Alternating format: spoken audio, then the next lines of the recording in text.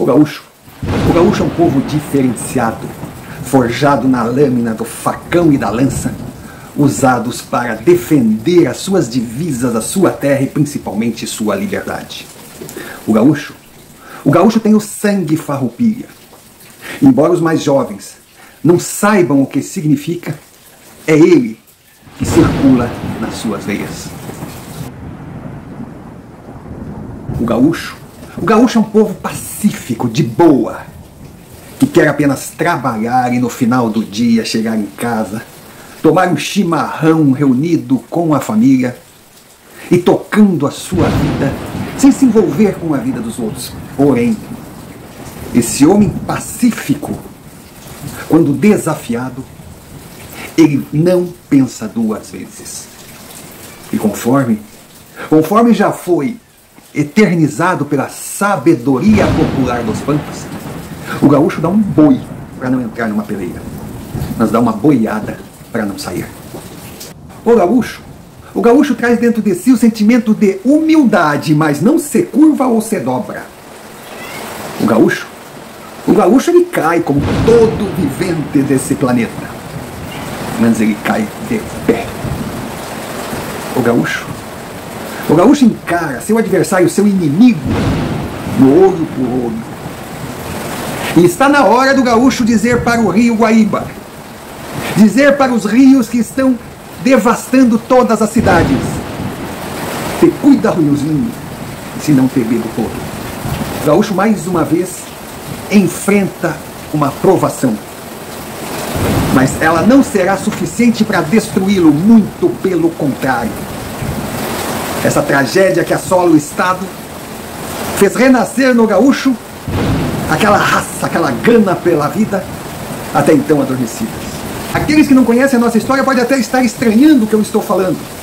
Então, em pinceladas rápidas, eu retornarei ao passado e trarei de lá o barro que moldou o coração do gaúcho. No início da colonização desse país chamado Brasil, ninguém vinha para o sul. Os poucos que aqui chegavam com interesses apenas, que era ou levar o pau-brasil, ou buscar o gado para comercializar carne e couro, principalmente no mercado de Sorocaba. Esse gado não chegou no sul por acaso, ele foi trazido pelos espanhóis. E depois da assinatura do Tratado de Tordesilhas, quando foi demarcada as terras da Espanha, eles se dirigiram para o local onde hoje é Assunção, no Paraguai, e lá criaram as missões para catequizar os índios. Leia-se, para incutir na cabeça do índio que o dono das terras era o rei de Espanha. Só que esse tratado foi assinado que, oficialmente, numa época que o Brasil nem tinha sido descoberto. Imagine, foi em 1494, e o Brasil oficialmente foi descoberto em 1500. Descoberto ou inaugurado, não se sabe. Mas o tratado que ia da ilha do Marajó até a Laguna, em Santa Catarina, dizia que as terras da linha para leste eram portuguesas, das linhas para o oeste eram espanholas. Poxa, a Espanha ganhou as terras até a Cordilheira dos Andes, até o Pacífico, e logo o português percebeu que fora, digamos assim, ludibriado, e passaram a invadir as terras espanholas. Começaram a atacar as missões. Assustados com esses ataques, os padres jesuítas desceram mais para o sul e criaram uma colônia, onde é hoje São Miguel, Santo Ângelo, Ijuí, no Rio Grande do Sul. E quando eles vieram, eles trouxeram o gado, que era um animal doméstico. Mas os portugueses foram lá e atacaram também as missões. Aí esse gado se soltou no campo, se tornando selvagem. Foi quando tropeiros vieram para caçar esse animal. Tropeiros que faziam longas jornadas para chegar aqui e retornar. Eles vestiam de uma forma estranha. Eles tinham um chapéu picareta, reto, para suportar o vento que era poderoso. Eles usavam calças largas, copiadas, talvez dos mouros dos egípcios, para facilitar a cavalgada. Botas de cano alto, para evitar ataques de animais peçonhentos, rastejantes. Na sua cintura, o cinto. Ele tinha bolsões, era guaiaca. Esses bolsões eram para levar a moeda na época, o patacão, que era um bitelo graúdo. Eles vestiam diferente. E não importava se eram espanhóis, portugueses, se eram índios libertados, negros, não interessa. Eles eram os tropeiros. Só que ficavam meses longe de suas famílias, ou seja, eram homens tristes. E as tropas? Elas tinham assim os seus pontos de parada, locais onde podiam descansar, que geograficamente protegiam o gado para não estourar a boiada.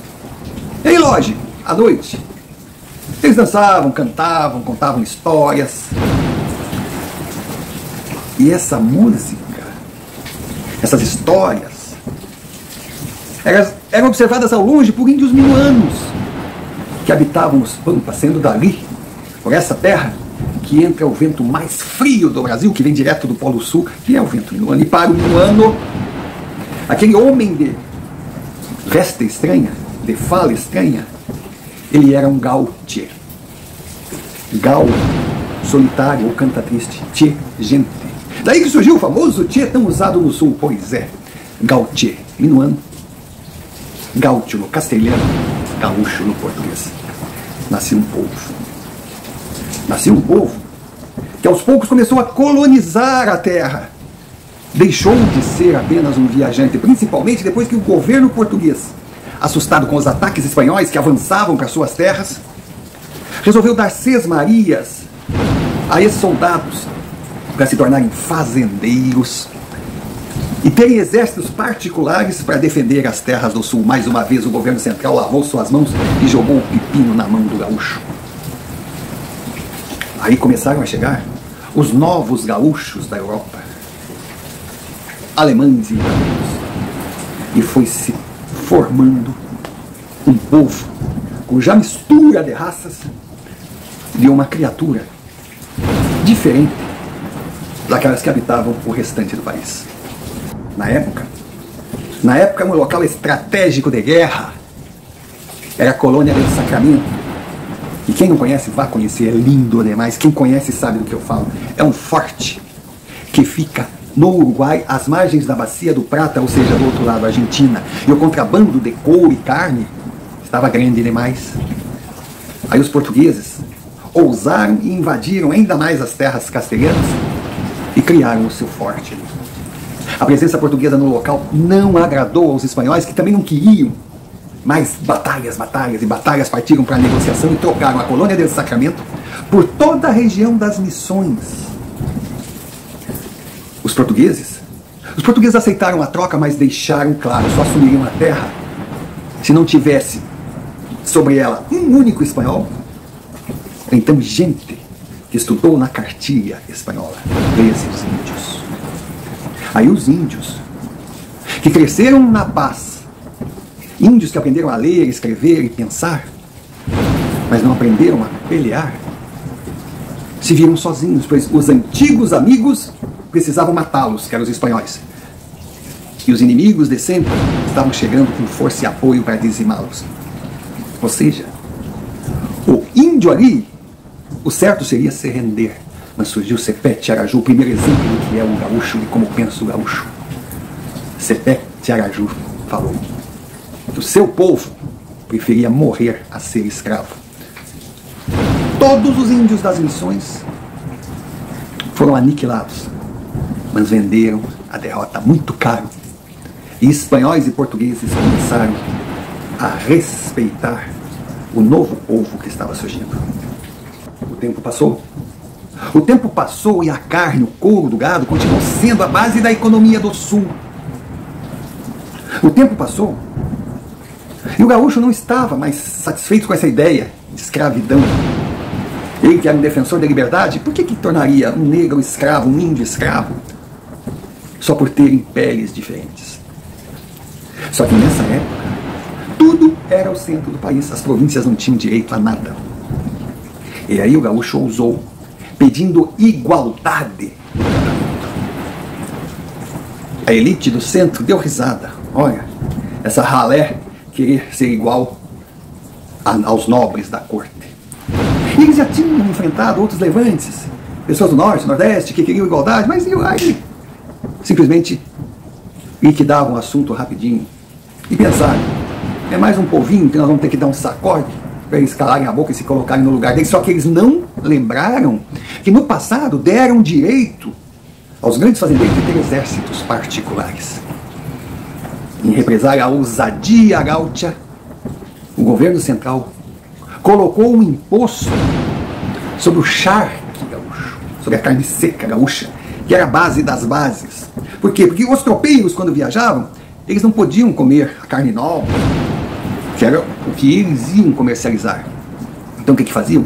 Pegavam uma manta de carne de segunda, colocavam sal embaixo da sela. O calor e o suor do animal curtiam aquela carne, aquela era o charque. E esse charque passou a ser valorizado pelos plantadores, os barões de café no centro, que tinham milhares de escravos, então era uma carne barata. Com o imposto colocado na carne da província Piratini, esses fazendeiros vinham para cá, mandavam suas tropas, elas dormiam, comiam, cagavam por aqui e iam comprar charque dos saladeiros lá no Uruguai. O desrespeito estava grande demais quando Bento Gonçalves, um grande líder, simplesmente mandou uma carta de aviso ao imperador: se não formos tratados como brasileiros, não nos restará outra alternativa senão a de criarmos a nossa própria república. Como o gaúcho não ameaça, ele avisa. Ao perceber que não seria atendido, o povo gaúcho invadiu Porto Alegre em 1835 e criou a província dos Pampas, a República do Piratini. Começava aí a maior e mais sangrenta revolução que o nosso país já conheceu. Revolução essa que durou 10 anos e deixou as tropas gaúchas em farrapos, ficando conhecida como a Revolução Farroupilha. O gaúcho não se rendeu. E talvez estivessem peleando até hoje se não tivessem mandado para cá Duque de Caxias, um militar experiente que conseguiu a paz, o acordo. E quais os itens do acordo? Primeiro, o gaúcho seria tratado com igualdade. Era o que queria o povo do Sul. Caiu todo tipo de imposto e taxa sobre os produtos do Rio Grande. Era o tratamento igualitário. O terceiro item é que o gaúcho não era um criminoso, era um soldado. E assim deveria ser tratado. O que significava? Significava que os portugueses deram graças a Deus de ter o Farroupilha como aliado, pois as tropas gaúchas voltaram para a fronteira para lutar contra os castelhanos e garantir as fronteiras portuguesas que hoje são conhecidas como Brasil. Esse é o gaúcho. Nós poderíamos aqui continuar contando a história, mas talvez muitos não tenham interesse ou esse vídeo ficaria muito longo. Mas que fique claro, com essas rápidas pinceladas, que o gaúcho não nasceu do nada. E ele não é o que é por acaso. O gaúcho brotou da luta e continuará lutando. E a tragédia natural que hoje ele enfrenta talvez seja um dos seus maiores desafios, mas ele irá superar. Simplesmente porque ele é gaúcho. E só isso lhe basta para ser feliz nesse universo, andar de cabeça erguida, ciente que venha o que vier, ou venha quem vier, para tentar destruí-lo, terá que lutar muito. Porque mesmo envolvido em panos por não ter mais roupas para vestir como fez o Farroupilha, ele continuará peleando. E só dominará essa terra aquele que conseguir que faça acontecer o mesmo que aconteceu com a gente de Sepete Araju. Peguem essa terra vazia, mas não esqueçam que nela está o sangue do gaúcho, que jamais irá servir de capacho para quem ou o que tentar ousar se apossar da terra que ele deu a vida para chamar de sua. E tenho certeza, não será essa garoa metida à tormenta que irá nos fazer desistir de lutar.